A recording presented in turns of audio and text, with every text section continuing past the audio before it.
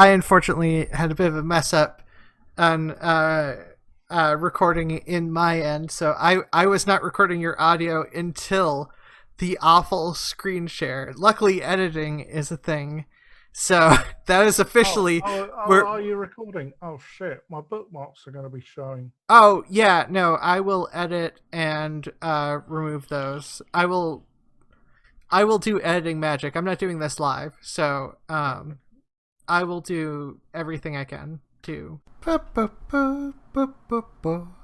This is Free Talk Live, talk radio that you control. You can call in and talk about whatever is on your mind. And I promised people that I would get into it tonight. The Supreme Court did a thing yesterday that a lot of people have been talking about and that I don't particularly care about. To me, LGBTQ news is like the least interesting news out there. It's a topic that I do not care about. And you say that as a trans person? Yes. Okay.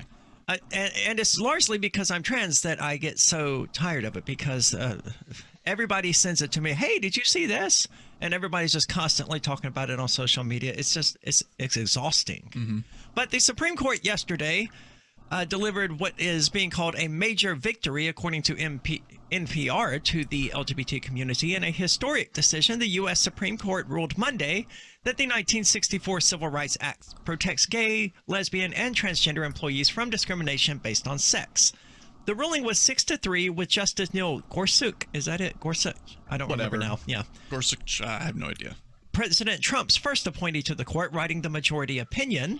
The opinion was joined by Chief Justice John Roberts and the court's 4 liberal justices.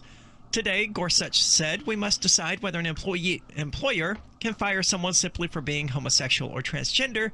The answer is clear. He found such discrimination is barred by the language in the 1964 law that bans discrimination in employment based on race, religion, national origin, or sex. Seems obvious it does. From the perspective of, if you agree with the law they're talking about, the civil rights law, then this fits within that. And that's where I diverge, because I don't support the Civil Rights Act. Neither do I. I think that if a business wants to discriminate against employees or customers, then they should have that right, because it's their property. That's it. Gotcha. You can stop sharing, so I can. Yeah. So that's Aria, who seems to think that, oh well, I'm all right, Jack. Fuck everyone else. How sad. Yeah, that seems to be a problem with a lot of conservative viewpoints. And she would describe herself as a libertarian, wouldn't she?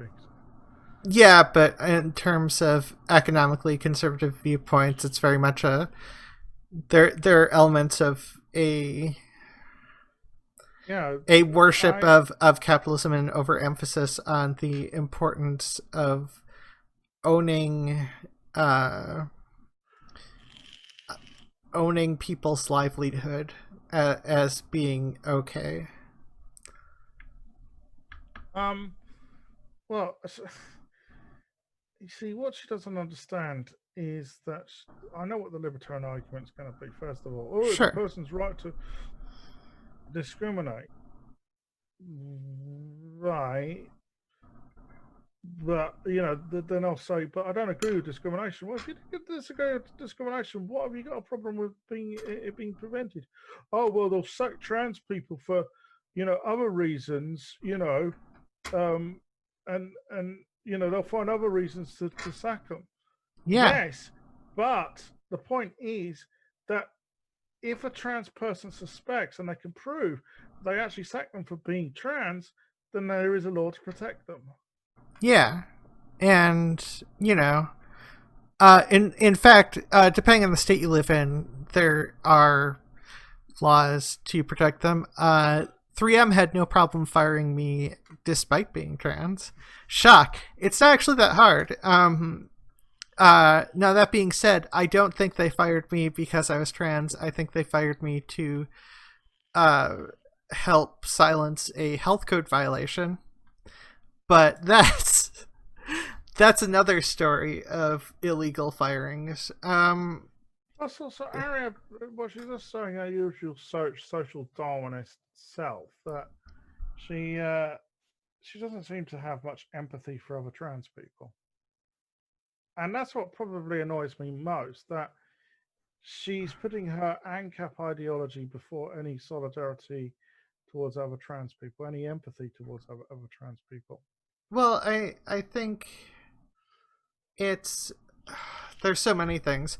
So obviously, I have a problem with social Darwinism just as a concept because I learned evolution, and social Darwinism does not follow some of the core concepts of evolution. Evolution, you have advantages for certain situations and disadvantages for other situations, and you don't necessarily know unless you can, figure out the future. Depending on how society is, there are different advantages and disadvantages for people.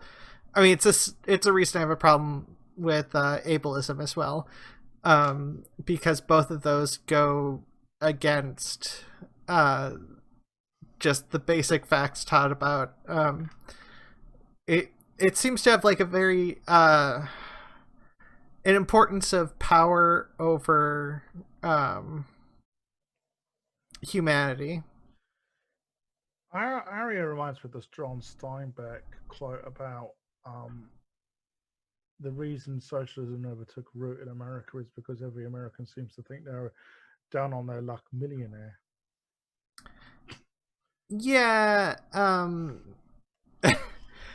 mean that's a factor, but I think also the she seems to think none of this is going to ever affect her.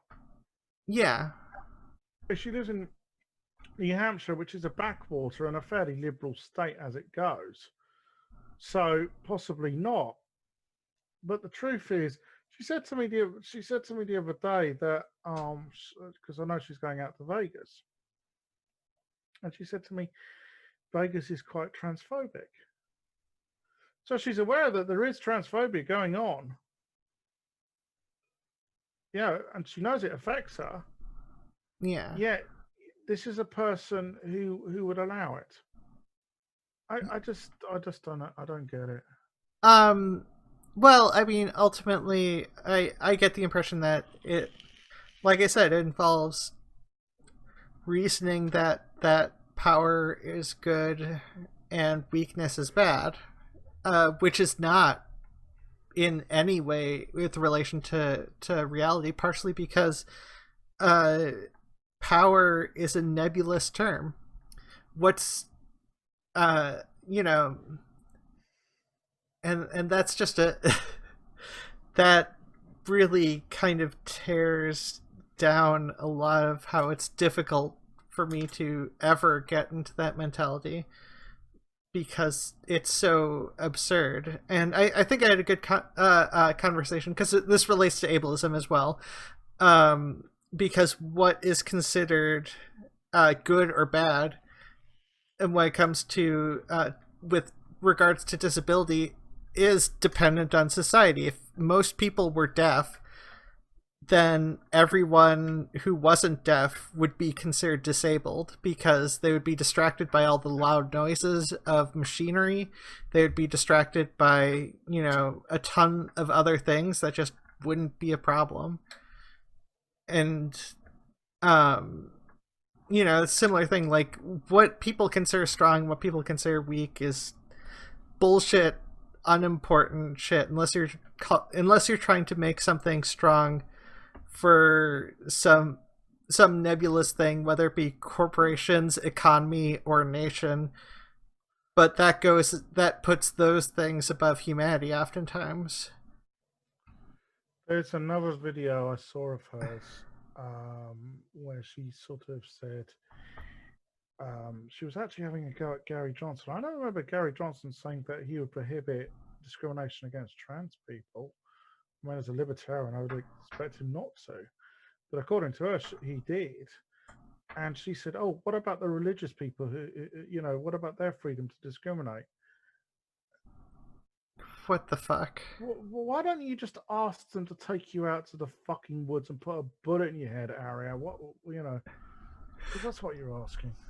I mean, Yeah, I remember having. I remember. I don't disagree with your First ever conversation I remember having with her. Right, was about the sort of thing. Was first political action I ever was involved with was there was a disabled girl at my school who was a wheelchair user who went to a shoe shop in the local town and was asked to leave because her wheelchair was scuffing the carpet. Now this was 1986, so some time ago. Okay, and not far enough ago than it should have been for that kind of bullshit. But yeah. And I remember that in response to this, we all went that weekend. We all went down there and had a sit-in at the shoe shop, and I promised never to do it again. But I know Ari sort of said, well, people could boycott. You know, if people are that, you know, pissed off about shoe shops acting like a disabled dick, then don't shop there. Yeah, the thing is, Aria, most people just don't give a shit. Well, it's not just that. Yeah, Like, I mean, I don't know how I many think- shoe shops are around, how easy people have access to. Like, half Well, the time exactly, 'cause I see other libertarian argument. I go, well, she could go to another shoe shop. Yeah, but what if the other shoe shop in the town decides, oh, they don't want to give her custom because the first shoe shop decided they could discriminate against disabled people, and so other shoe shops will think, well, I don't want disabled people in our shop either. Yeah. Yeah, but you see, these things follow. But the point is that, well, Ari has too much faith in the free market. See, I have Yeah. none. Here's, I've been involved with. Obviously, I was involved with the campaign against apartheid, which, you know, part of that was the boycotts and sanctions. Yeah. And I've been involved with BDS Israel as well for their apartheid, you know, against their apartheid system. Yeah. Most people don't give a shit. Most people don't even know. I mean, for instance, how many people know that soda streams are made in Israel? See- Sorry, what's made in Israel? Soda streams.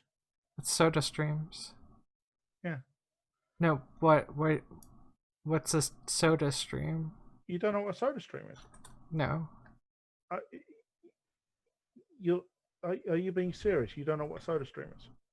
I am absolutely being serious. Is this like a linguistic thing? Is this like a weird American thing where I'm just like not processing, or is this like a Minnesotan thing where I'm just like not getting any? I legit don't know what do you mean by Soda Stream? What do you mean by Soda Stream? What do you mean by Soda? Well, anyways, they're made in Israel. Okay. Israel is the biggest exporter of olives. You have heard of olives. haven't you? Yes, I have heard of olives. And ironically, one of the biggest exporters of prawns. They're the biggest exporter. One of the biggest One of exporters the of biggest prawns. Wow. One of the biggest exporters of prawns. As I said, a bit of an irony there, but yes. you only get that joke if you're Jewish. Yeah, I know. Well, maybe that's why they need to export, though.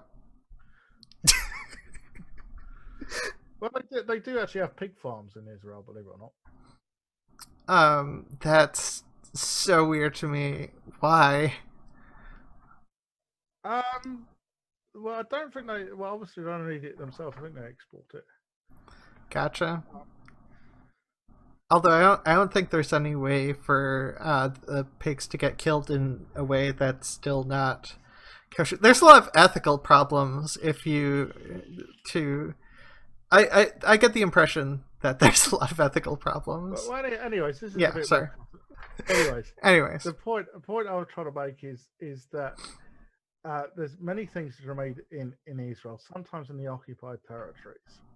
gotcha. Right? And people don't realize this, but most people just don't care. That's the point. And Aaron seems to think that if you think that businesses, you know, but if people think that a business is being unethical, then, you know, they won't shop there. Not necessarily. Yeah. I mean, people are limited by the choice. I mean, we all know that McDonald's is unethical as anything, But if you're poor, you know, I can see why people eat at McDonald's. Yeah. And there are the small number of people who, for whatever reason, are fans of McDonald's. Believe it or not, I mean, it's poor taste. One can make an argument, justified argument, but but no. So she has this absolute faith in the free market, which ANCAPs tend to have, and it's religious devotion, basically. Yeah, I don't disagree there, because you would almost have to, and some of the elements of that fit with the religious devotion to nationalism, the religious devotion to a lot of other things. What I found upsetting was that she put that before any consideration towards fellow trans comrades. Yeah. I mean, I have told her today. I said I will defend you against transphobia, whatever area, but I can't defend you having that opinion. I just can't. Yeah, well, I mean, because ultimately, a lot of there are very few things which actually put humanity first. So, socialism at its core is arguably one of them, if actually followed through. Yeah. Well, being as anarchism is a branch of socialism. No, Murray Rothbard. It doesn't mean free market capitalism. Murray Rothbard completely misunderstood the term anarchism. Doesn't mean no. It doesn't mean no anti-government. It means no rulers, no hierarchy. Yeah. No horizontal forms of government. Yeah, I mean, that's why. Yeah. That's why there's some strong arguments for anarchism. Well, yeah, that's why I'm an anarchist. Well, yeah, and I don't want to commit to positions until I actually get off my lazy ass and do some research, but I'm definitely sympathetic towards anarchism. I will say that. Well, I just embrace. I've had having seen what's happened with the British government over the last towards trans rights. First of all, I wasn't shocked that the Tory government here, which for those in America is the equivalent to the GOP, canned the parliamentary consultation on reforming the Gender Recognition Act so that we could have self-identification. Yeah. Because they're Tories. Yeah. But what I found even more alarming was that Labour, who are, for those in America, is equivalent to the Democrats, have been rather quiet on the issue. Yeah, and that... And this is a reminder that the left has just as much of a problem with transphobia as the right. Believe me, I've had a lot of dealings with the left, and I was a Labour Party member once upon a time, and I know that there was a whole load of accusations about Jeremy Corbyn being anti-Semitic. Well, I can tell you that whatever accusations there are about Jeremy Corbyn and various Labour members being anti-Semitic, that is nowhere near as bad as the problem there is with Labour members being transphobic. There is I'm both Jewish and trans, and I can tell you Labour have a bigger problem with transphobia than they do with anti-Semitism. Yeah, that doesn't really surprise me. Most people seem to. That's of course unless you seem to think that criticism of Israel, it's criticism of the Israeli government, sorry, is anti-Semitic, which it fucking isn't. Yeah, no, the Israeli government is. Well, they're awful. Oh yeah. They've definitely put nationality above any actual anything that the Torah says. They've put nationality above it. Right. So, I mean, fun enough, I had this discussion with a certain ANCAP trans woman, fun enough. I warned her that I said, because under the International Holocaust Memorial Alliance's definition of anti Semitism, it says that criticism of the Israeli state is anti Semitic. Mm-hmm. And I tried to explain to her, I said, look, there's a legal difference between state and government. State is nationhood, government is government, right? Is the government of that nation, Yeah. right? And everybody has a democratic right to criticize the government. But what the International Holocaust Memorial Alliance are saying, and this is the definition of anti-Semitism, which seems to be being universally adopted now, that if you criticize the Israeli state, that is anti-Semitic because the Israeli state is the Jewish state. Now, personally, I have issues with that because Benjamin Netanyahu doesn't keep quiet about criticizing Iran. Well, isn't that Islamophobic because Iran is an Islamic state? You know, or if you criticize the Pakistani state, that's also an Islamic state. So isn't that Islamophobic? So people like Benjamin Netanyahu and other right-wing Zionists are actually being hypocritical. Well, yeah. The whole thing. But the point I'm trying to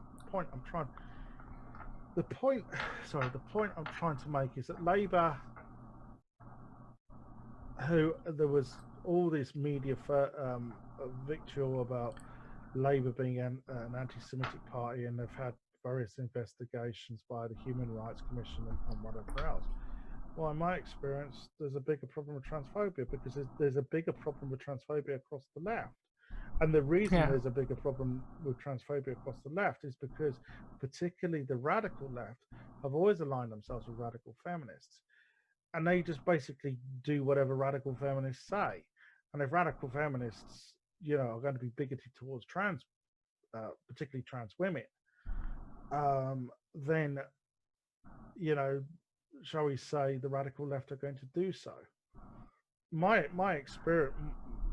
experience is that the radical left are not friendly towards trans people at all. The Socialist Workers' Party, or whatever they call themselves. I mean, it was always a misleading term, the Socialist Workers' Party, because they don't stand for elections. They're sort of more of a street protest kind of organisation. And sure, I've been to many of their protests because I tend to agree with some of the stuff they say about, against war and against racism and against government cuts and stuff. But every time I go to one of these events, you'll have a series of people speaking, right? And you'll have various people from the Muslim community speak. You'll have various other anti-racist activists. You'll have trade union leaders. You'll have various left-wing, people involved with left-wing activists and other sort of journalists and public left-wing figures.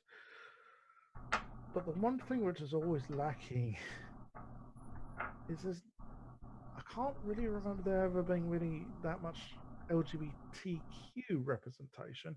Yet the LGBTQ community is pretty, still pretty marginalized in some respects. Yeah. And that just makes me concerned that they are still holding on to some of the core elements, because you can't really go halfsies with going against nationalism if you want it to stick. So don't understand what you're saying. Yeah, so generally with nations, they have they Sorry, put I the don't understand how it relates to what I just said. because I'm concerned that because the LGBTQ goes against the whole sexist core of nationism. If Well, they're holding on right, to yeah. elements of that, then Well, yeah, I mean, LGBTQ people tend to want to love one another. They don't particularly want to hate one another, and you kind of think that the left would welcome that. Now, I would say, most of the moderate left do support the LGBTQ community. yeah, But I'm talking about the sort of activists who could actually, you see, the reason people sort of like say, why am I so concerned about the radical hard left? And I go, well, last week um we had Nazis rioting in the street. yeah, If I ever thought that there was a group of people who would actually stand up to these fuckers, it would be the hard left. And but which is why I have sort of supported them in the past. But the more I've been involved over the years, the more concerned I have got about anti-LGBTQ attitudes. Now, yeah, partly, as I said, the trans stuff is related to some radical feminist thinking. I would always say that not all radical feminists are TERFs. Okay? I've met a few who aren't. Okay. yeah. Um, Well, and that was actually the reason for the journalist who started using that term, was to distinguish the radical feminists from the trans exclusionary radical feminists. Yeah. I mean, for instance, Angela Keaton, who used to work for antiwar.com, she's a radical feminist. But she was always a trans ally, as long as I remember. Yeah. The problem, the other problem is that there is this vein in Marxist thinking that they will support those movements they think are going to overthrow the capitalist system, right? But when various sections say, no, we're quite happy with there being a capitalist system, we're not interested in overthrowing it. I wouldn't say they're happy, but what I would say is they don't want to, they don't want to fuck on socialist revolution. What they want is not to be persecuted, right? And what you've seen, particularly in this country, is a lot of gay and lesbian people sort of, having a more comfortable life. They're far more middle class, and they're fairly happy with that, right? And unfortunately for Marxists, that's bourgeoisie. That's not good. That's decadence. And plus also the other thing I hear from Marxists is sometimes LGBTQ stuff. It's not tackling the core problem. Poverty. That's and income inequality. That's the real injustice. Yeah, see, I obviously have a problem with that. I think core ideologies that lead to you making an argument for poverty being okay is part of the... No. What? The left, they're not saying that. What they are... Yeah, I know they're not saying that. I'm just saying... Whatever. I was doing a disagreeing with that bullshit point. What they're saying. Yeah. What I'm saying is that they kind of think that LGBTQ, not all, some think that LGBTQ stuff is like a middle class sort of obsession. It's not tackling, what the working classes need. Well, yeah, and there are definitely some of that. There are definitely some of that attitudes. Some of those attitudes spread among some of the arguments I've had with some of the anti trans individuals. Well, I'd also, but my challenge to anyone who says, "Oh, well, income inequality and poverty are more important issues for us to be addressing concerning the working classes," I go, and which section of the LGBTQ community do you think are most persecuted? Oh, wouldn't be the working class section of the LGBTQ community, would it? Mm. Yeah, exactly. Yeah. So as far as I'm concerned, both LGBTQ rights and income inequality are both as equally as important. Yes, and some of that due to, well, for one thing, some of that due to the fact that you can focus on more than one thing. Shock. You can do something that helps both. You don't have to choose one or the over the other. But I mean, the other thing is a lot of LGBTQ stuff is it goes against creating a strong nation and puts people first. It's hard to not put people first when you see people in pain, or well, for some people. Yeah. I was trying to say about the Labour Party in general. Now, the Labour Party these days, since Jeremy Corbyn has stepped down, becoming a lot more moderate, and the good kind of moderate, or the bad kind of moderate. Well, the sort of well, I would describe them as what Keir Starmer's trying to do is drag them back to being Tory light. So basically, gotcha. Two of right-wing parties, So like America. Well, yeah, essentially, that's what Blair basically turned the Labour Party originally in.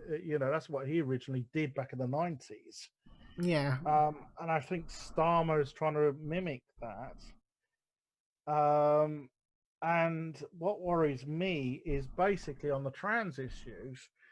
He's just going to stick his finger out the window, see where the wind is blowing, and think, well, if it's blowing that way, there's going to be votes in it for me, so I'll go that way. Which could mean throwing trans people under the bus. He's already been throwing disabled people under the bus. Yeah, it doesn't surprise me. Once it starts to get votes and power over humanity, which is morals are changed. I do not. I even though Stonewall have done research, and the research has concluded about 70% of British populace support trans equality. The fact is that politicians are listening to those who are the noisiest, and those who are the noisiest are TERFs. The extremists are always going to be. Yeah, but I mean, it's also the people with the most capital are also they're noisy in a different way. They're noisy with their chitchings. Well, yeah, I mean, it's the same in the trans community. It is, Yeah. I've been to various activist meetings, and you look around the table, and most of the activists tend to be white, university educated, and middle class. Yeah. And I've often said, here's the difference between a working class trans woman such as myself and a middle class trans woman. I have to walk down the street and get abuse. A middle class trans woman's got a car. She can drive. She can avoid that abuse. Sure, they might get abuse in other ways, but yeah, I'm not discounting that. But what I'm saying is they're likely to get less abuse because of being financially better off. Yeah, and there are numerous other reasons as well. Cost to feminize oneself to decrease the chance of getting abused. Well, talking of middle class Karen trans women, let me get it up. There's India Willoughby. She comes in quite late in this, but there's another trans woman who basically, I don't know where they find these Karens, but this isn't good.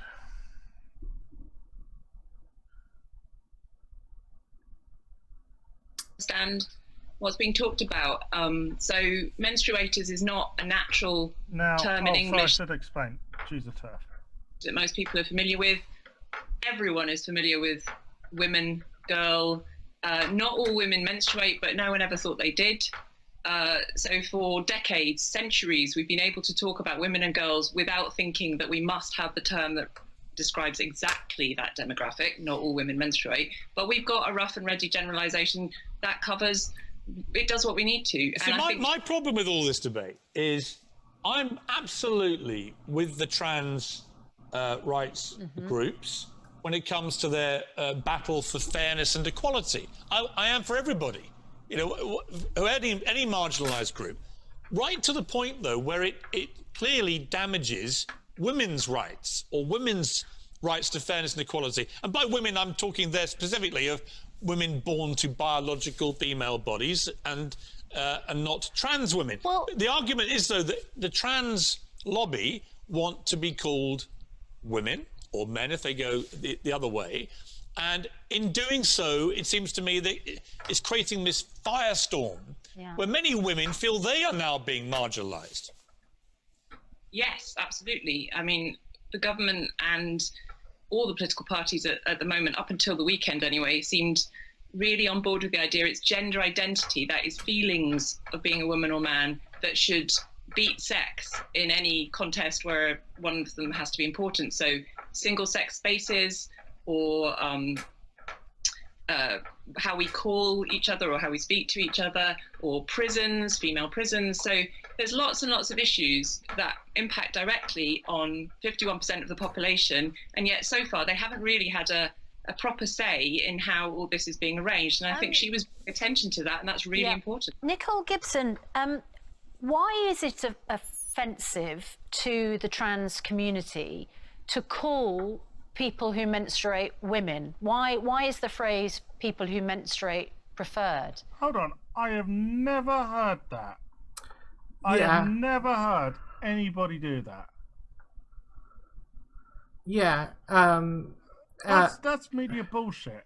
I'm sorry. It is 100% media bullshit, because I also haven't heard anyone who says that. But well, it's not just media bullshit. I think, if I recall correctly, it was also in the sort of handbook, much like neo-Nazis follow elements of the early 1900s Russian propaganda, the Elders of Zion, or whatever the fuck it was called. The trans-exclusionary radical feminists follow the empire of transsexuals' rise of the she-male, which refers to supposedly makes claims that there are people who refer to people based on menstruation, and that's like from the 70s or whatever. I'm not offended by that in the slightest. I think the problem here is that a lot of the trans activists who are doing a lot of the talking have got a huge chip on their shoulder. Excuse me, my darling, you're the one doing the talking. And they're very aggressive with how they put their own opinions across. And it appears to the whole of the general public that they're talking for all of us. I, for one, don't find the term women offensive. I don't want to live in a world where we can't say men, women. I say normal. You know, being trans isn't normal. There's so much loaded with calling trans not normal. Like, everything about that, because normality has so many assumptions about how normal I'm is what talking- should be right or whatever. You know, she reminds me of this one. We haven't gone to India yet, but you know, this one reminds me of What? Blair White. I mean, fair. I mean, she might have been. I don't know who Well, this is the kind of pays shit her. that White- I don't Blair know who White pays does. her. It might be the same people. Hardly our fault. Gender dysphoria is a condition that has a treatment. It doesn't have a cure. It doesn't make us biological women or men. It helps us get through life with this condition. I do feel a little bit like I'm cured because I don't really refer to myself as trans. I refer Yeah, you see, that's another true scum talking point, that once they've had surgery, they no longer have dysphoria. There's research to disagree with that. myself. Yeah, I mean, as a woman, and when I'm reading certain things, I'm not stupid. I know if I'm being spoken about as an individual, or if I know, You see, everything you're saying, Nicole, seems to me perfectly sensible, rational, reasonable. My issue with the whole trans debate has only been really where things seem so can you pause ridiculous it? to me. For example, sorry. For one thing, that's another fun thing. The trans debate, sort of like the civil rights debate. No, it's people should. There's not really. The only debate that's occurring is the debate manufactured to for exclusionary purposes and to make trans people not exist ideally. Well, I mean that's. I mean, obviously that's also from the that terribly named TERF book. I'm just going to call it the TERF book. The TERF book, page 178 on the 1994 version, talks about how... The TERF Bible. Yeah, the TERF Bible. It talks about how ideally, basically, essentially suggesting that we should go away with our current ability to... our current ways of treating... gender dysphoria or gender euphoria or whatever, and essentially go towards conversion therapy and trying to force people to accept the situation in which they're born. That's like straight out of the TERF Bible, and yeah, it's like I don't see things not moving towards there. The only reason these it's the sort of thing where the TERFs are losing, and because they're losing, they had to take a step away from being from coming off as completely 100% trans exclusionary and only come off as mostly trans exclusionary. Sort of step back to make some trans individuals seem like they have a margin of safety with conversations. What they're looking for is Uncle Tom's. Well, yeah. the issue of trans women competing in sport clearly, indisputably has a damaging effect on women born to female biological bodies competing against trans women who were born to male biological bodies. It's just a demonstrable fact. No. Oh my God. Sorry. Can you pause it? Sorry. I'm sorry. This video is pissing me off. No. So, like, generally, if you have a theory in science and and none of the facts support it, usually change your theory. If your theory is that trans women have an advantage and there's been no advantage shown in reality with all the trans women competing against cis women, then clearly you have to question that theory as incorrect. And I mean, there are a lot of other problems with the fact that it ultimately doesn't matter, and the fact that sports hasn't been dealt with the way that TERFs tend to want to deal with it. So yeah, I'm just, yeah. Transitioned. If you did this as an early teen, and if you had puberty blockers, and if you've not lived using male to female as an Okay, example, can you pause it if you've again? not lived a lot- Sorry, this is bothering me. This bothers me too, because you can't argue that puberty blockers has genuinely good effects and then argue against puberty blockers. Like, that's just clear erasure. That's like saying, oh, you can do it with puberty blockers, but you shouldn't have puberty blockers. Well, then you're just wanting us not to exist. There's no other outcome to that. long male life pumped full of testosterone, if you're the size of the Rock because of these years that you spent developing a male body, a male life, I don't think that's fair at all. I do, however, think if you are, like I said, if you've had the puberty blockers, if you've not had that huge injection of natural hormones, then I think that's... Yeah, let's bring in India. India, we've discussed this many times on here. You've always been a voice of common sense and reason about this.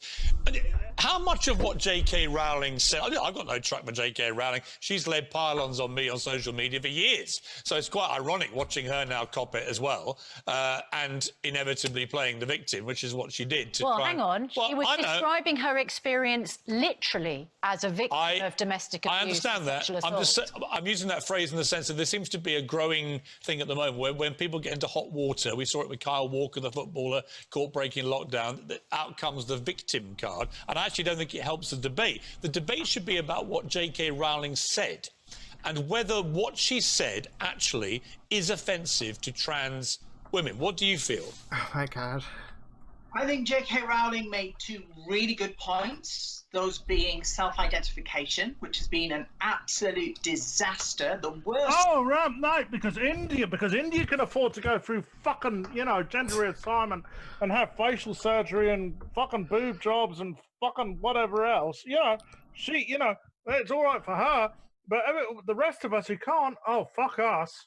That's basically what she's going to say. Well, yeah, but I mean, also... I love how it's just questions about what is offensive, despite the fact that J.K. Rowling's provided several aspects of misinformation and made factually incorrect statements, and they're not going to talk about that. No, don't want factually incorrect... Yeah. Trans population in... As long as I can remember, it's probably set trans rights back and trans awareness and acceptance. No, you're saying at least trans 10 rights years. back, That was a my really darling. good point she made. Can you just, totally can you just explain that, the issue there? Yeah, well, the big push over the last 3 or 4 years within the LGBT world has been to introduce this policy called self-identification. Now, unlike myself and Nicole there, who has spoken very eloquently, and I agree with all the points that Nicole made, the big push has been that instead of people having a medical condition where, you transition and you alleviate how you feel, you click your fingers, and with a click of the fingers... True scum. She is just... Basically, that's true scum and capsulization. That you have to have gender dysphoria to be trans. Well, I mean, modern... the transmedicalist shit. Sorry, I was mixing up the two bits of terminology. Yeah, no, that is definitely a transmedicalist position, which is total bullshit. I mean, for one thing, nobody fucking snaps their fingers and decides who they are. That's not how that has ever worked. Like, it's essentially, it's always been, it feels like that to other people potentially, but oftentimes it involves years of trying to work through your identity and trying to understand yourself. You've changed sex. Now, with the best will in the world. That is absolutely crazy. I'm all for people leading their own lives, but to say that is the same as being a woman, or the same as somebody who's actually transitioned and has spent years going through the various tough processes, both, you know, mental and physical, to get to that stage. Oh, right. So because you suffered, everyone else should fucking suffer. Yeah, that is that argument. That is essentially the I suffered, so you have to suffer too argument. It's because because you put time and effort into this, that for it to be easier for someone else is just. And let's not forget the cost. Yeah, I mean, there's the cost. There's the shit. There's so much. I just realized, by the way, in my main recording. Sorry, side note, that'll probably cut out. I can't actually see your thing because I cut off the bottom and the top when I record on my Streamlabs, which is where I normally record, and I turn it into a MOV file. So that might mean less editing for me. But I don't know why that was important. It wasn't. My brain randomly went to that, but yeah, no, this is just the total bullshit of absolutely ludicrous. And I think that's why there is so much confusion on this topic. You have two blocks of trans people. One block transition physically and do, as far as I'm concerned, they become woman. It would be ridiculous for myself or Nicole to start using, you know, the gents' toilets or the gents' changing. Crazy. It's just not realistic. Yeah, but see, this is the problem, India, that I just think that when I hear you talk or Nicole talk, you're very reasonable about all this. You don't want to have some great blazing culture war where, if you're looking at it in detail, when J.K. Rowling wrote this 3,500 word sort of defense of herself, and like I say, I mean, she brought in the fact that she'd been, as she called it, a survivor of domestic abuse and whatever. I think she's been on this thing about the trans debate for a long time. You've now had a lot of younger Harry Potter stars coming up against her. When you read what she said, what did you take exception to? What did you not agree with? Well, I do actually think she's transphobic. I'll be absolutely honest about that. And I think that's down to where she's been educated. I know for a fact that she's got a lot of her information from a well-known parenting site, which is well known as, you know, being a. See, here's the problem of India, right? She wants a cake and eat it. Yeah. She wants, basically, what she seems to think, because she, you know, spent thousands on plastic surgery and taken whatever pills and, you know, done whatever, you know, that, you know, she won't be affected by this. This is like the Arya syndrome. It is. It's I'm all right, Jack. Right? Yeah. I shouldn't be discriminated against because I'm a real trans woman. Yeah, it's.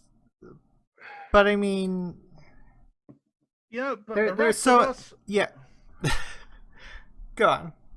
Oh, fuck us, you know. Well, that's the thing. Like, I honestly am in a relatively privileged position, but I'm aware I'm in a relatively privileged position. I'm in a relative, like I was saying. Yeah, no, I'm in this weird thing where I know I am in, despite my poverty, despite all my problems, I am in a privileged position because of my pale skin color, my middle class parents, and you know, being raised in, even if it was lower middle class, it was still middle class attitude where I can have middle class friends, and it does change how much of a risk life is for me.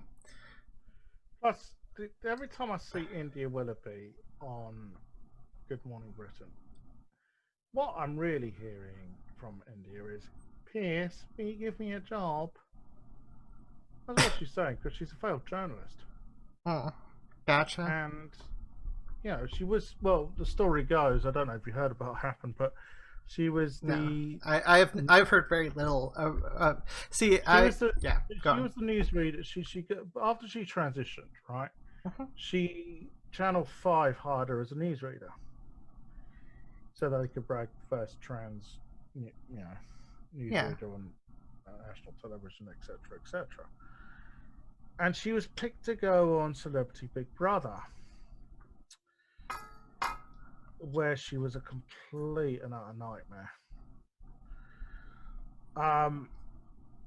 They had the setup on that one was they were doing something in conjunction with 100 years since women got the vote. Fuck knows why Celebrity Big Brother was, doing this. I don't know, but anyways, so like all the women went into the house first, and then men joined about a week later. One of the men was a drag act called Courtney Act, who's from Australia, I think. And India walked up to them and said to them, "Oh, I'm drag phobic." That's like walking up to a black person and say you don't like the N-word. Yeah.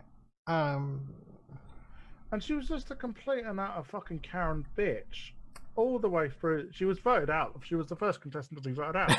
Well, anyways, what happened was, because of her hysterics and basic bitchy behaviour, Channel 5 News sacked her. Yeah, see, this is one of those things where it actually helps sometimes to be at least kind of okay. Kind of, sort of okay, but not really. I mean, I remember, I just remember, I just so fucking embarrassed night after fucking night of hearing India said this and India did that during Celebrity Big Brother, because none of it was good for trans people. Yeah. And now she's repeat every time they talk about trans issues, on Good Morning Britain they wheel her on. Her opinion is not representative of the trans community, not at all. Yeah. Like, not even close. No. Yeah, you had two trans women, none of whom were going to defend self ID on that program, and most trans women I know, most trans people support self ID. Yeah, we've got self ID in Ireland, Denmark, Canada. Don't hear any problems there. Yeah, well, I mean, except for transphobic type. Yeah, well, never mind about that Canadian cunt. Yeah, still sorry about that. I still think it's funny that Christy got blocked because Christy was the biggest threat. Well, Christy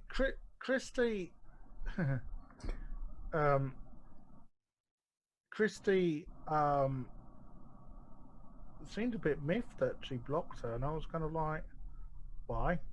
She's a cunt. I was jealous. I flat out said I was jealous. But I point out that I've already muted that particular person, and I've said shit behind their back, and they're not going to know. Ha ha ha ha. Whatever. I'm currently. Well, I'm No. really not. I really don't want to engage with fucking self-hating trans women.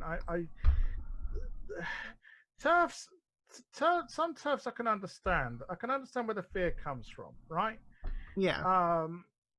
They've been sexually and physically abused, and they're scared that will happen again to them, other women, because people will manipulate the system. Well, that's their fear. It's bullshit. Now, so I think there are some people who have a genuine fear of that, but most, in my experience, are just fucking out and out bigots.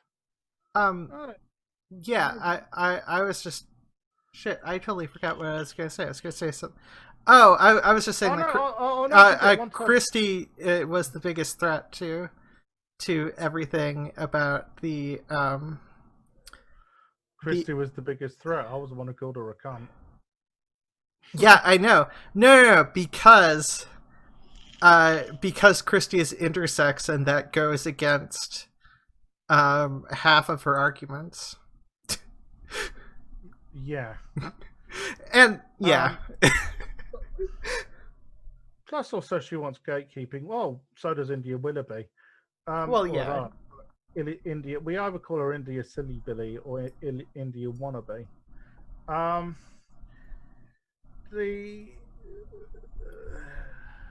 The self-hating trans women, I really sometimes I just think it's with Blair White, for instance. I think it's actually a sort of trying to find her niche in the market.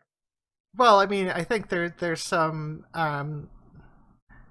She knows that chicks with dicks sell.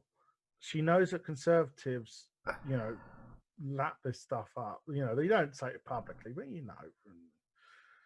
Yeah, no. I mean, in terms of payment, in terms of the people funding them, because I think some self-hating trans women or some self-hating trans people are really in it for the money and don't care about the end result. Blair White, I would say, is one of those. I would say our previous guest on the Fluid Voice is also one of them. I would also say Rosa Dawn. Definitely Rosa Dawn. Probably Sarah. I don't know about Sarah Michelle for sure, but it wouldn't surprise me. It wouldn't surprise me to find out that Blair White's been a put-up job by the Koch brothers. Seriously, I would totally believe that. I can't remember.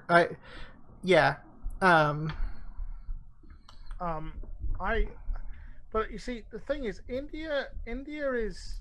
Sorry, where was I? I was trying to talk about. Oh, sorry.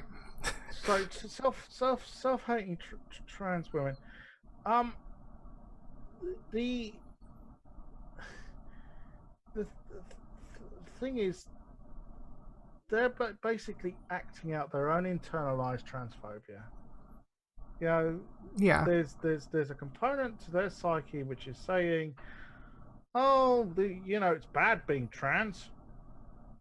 It's bad being trans." You see, whereas with me, I kind of think, no, it's good being trans. Liberation and emancipation's a good thing. I think there is some benefit in that it goes against some of the attitudes that found a lot of oppression. Well, I mean, then you get people like India Willoughby, who obviously come from a politically conservative background, and I've met these trans women before. They're basically, we've got to be all very cis-normative to be accepted, which fits in with some of what Blair White's about as well. Blair White says she speaks up for trans people, yet seems to be as cis-normative as possible. Yeah. And first of all, not all trans people are capable of being cis-normative. Yeah. Hence my criticisms of India. She's got thousands to spend on plastic surgery. Not everybody has that, India. But the thing is, India seems to come from this sort of perspective that unless we're like really conservative and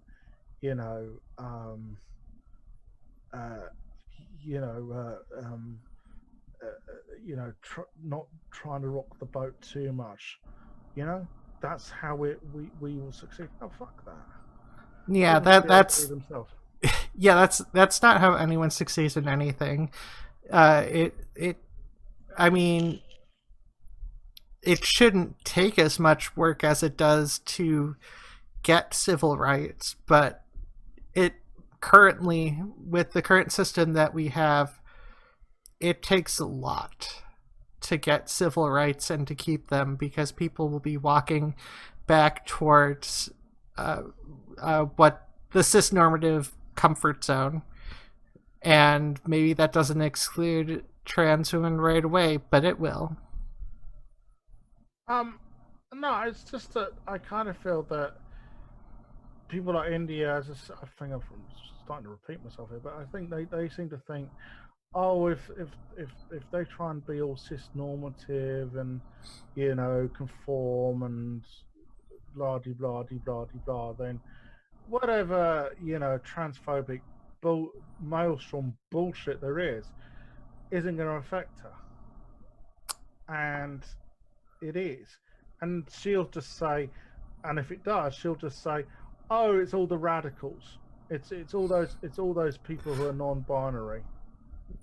Yeah.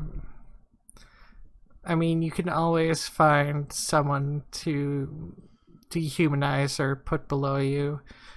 And yeah. What really pisses me off about what J.K. Rowling said is the implication that she says, "Oh, I'm writing this because I'm a survivor of sexual and physical abuse." Well, what the fuck has that got to do with trans people?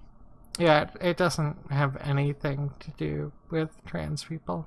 But you see, this is the thing. I remember many years, sorry, not many years ago, just a couple of years ago, some TERF said to me, "Oh, you wouldn't. I know that you wouldn't attack another woman." But she said there are other trans people who would. Yeah. That's like saying to a black person, "Oh, I know you wouldn't mug me, but I know other black people would." Yeah, I mean, ultimately, a lot of, well, not just a lot of, most TERF arguments are basically all you need to do is replace them talking about transgender people and have it be about race, and it's something everyone would agree is racist. Well, I know a certain Canadian cunt didn't like the fact I brought up race. Well, you know, they'll say gender and race are different issues. Yes, they are different issues, but bigotry is bigotry. And TERFs don't like it when I put up a mirror and I reflect their arguments about the fact they are saying the same sort of shit Southern white bigots were saying back in the 60s about black people. Yeah. They're now reiterating about trans people. We've heard this stuff about, all black people are muggers, all black people are rapists. You know, it's the same bullshit. Yeah, and then in fact, I could even draw comparisons with some TERF, propaganda, basically saying that trans people are always nefariously up to no good. I remember a man with a funny moustache and not so good great haircut doing that to a certain other section of society. Oh yeah, I wonder who that was. Oh yeah, it was Hitler and the Nazis doing it to the Jews. Well, yeah, but saying no, you were nefariously up to no good. Yeah, and I mean, yeah, which fits into obviously the propaganda that fueled Nazi attitudes and most anti-Semitism, if not all the anti-Semitism that occurs today. It's a very similar mentality, and also there's the classic homophobia arguments that are recycled as well. But there is another problem within the trans community. Even if you don't get the indie Willoughby type Karens, there are other Karens who are problematic, and I will give you an example of this. I went to an activist meeting about 18 months ago. Okay. And they were talking about media influence. Oh God. And they were talking about the broadsheet media. And I sat down and I said, there's a section of the media you're not talking about. And they went, what's that? And I went, social media, YouTube. What about it? Well, let me think. The Nazis who are rioting on the streets of London and Glasgow at the weekend, they ain't going to be reading the fucking Telegraph. They're going to be watching Paul Joseph Watson and fucking Sargon of Akkad on fucking YouTube. Yeah. Right. So there's complete.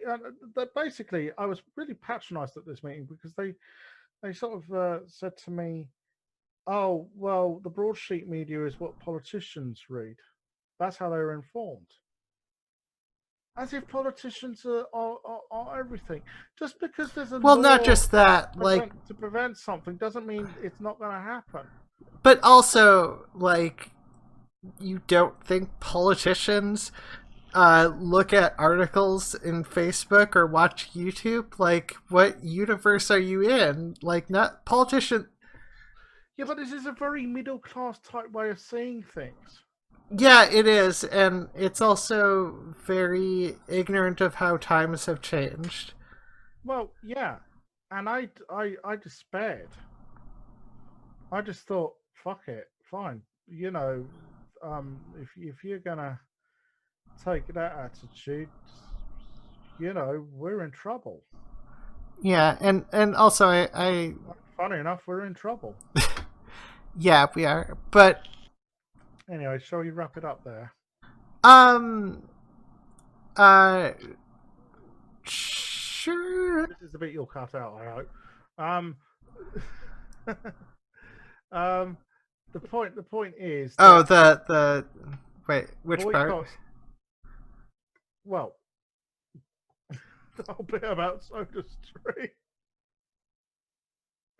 The whole bit about SodaStream. SodaStream. Oh, yeah, but what if I like looking like an idiot sometimes?